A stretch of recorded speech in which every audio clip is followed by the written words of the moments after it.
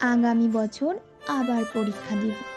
মা বাবাকে বুঝাইছি, সবাই স্বাভাবিক ছিল, আমিও। কিন্তু একের পর এক প্রতিবেশী সহপাঠীরা মিষ্টি আর কথার খোঁচা নিয়ে হাজির হতে লাগলো। আমার মায়ের মাথা খারাপ হয়ে গেল। বাবাও আমাকে গালিগালাজ করলো।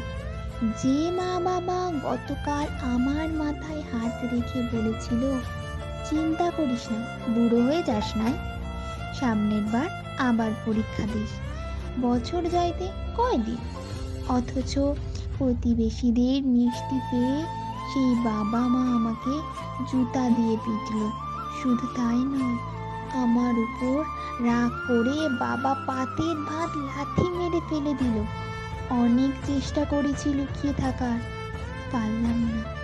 প্রতিবেশীরা এক হাত জিহ্বা বের করে অনুশোচনা করলো।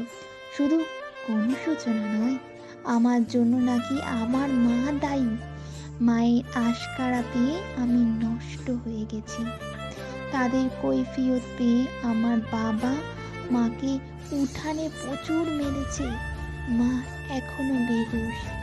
মার জ্ঞান ফেরার আগেই পৃথিবীকে বিদায় জানালাম।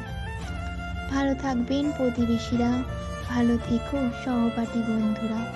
পিতামাতাদের উপদেশ আমাদের মানায় না, তবুও বলছি, সমাজ কি বলল, প্রতিবেশীরা কি বলল, সেটা শুনে নিজের ছেলে মেয়েকে অপমান করে মৃত্যুর দিকে ঠেলে দিবেন না।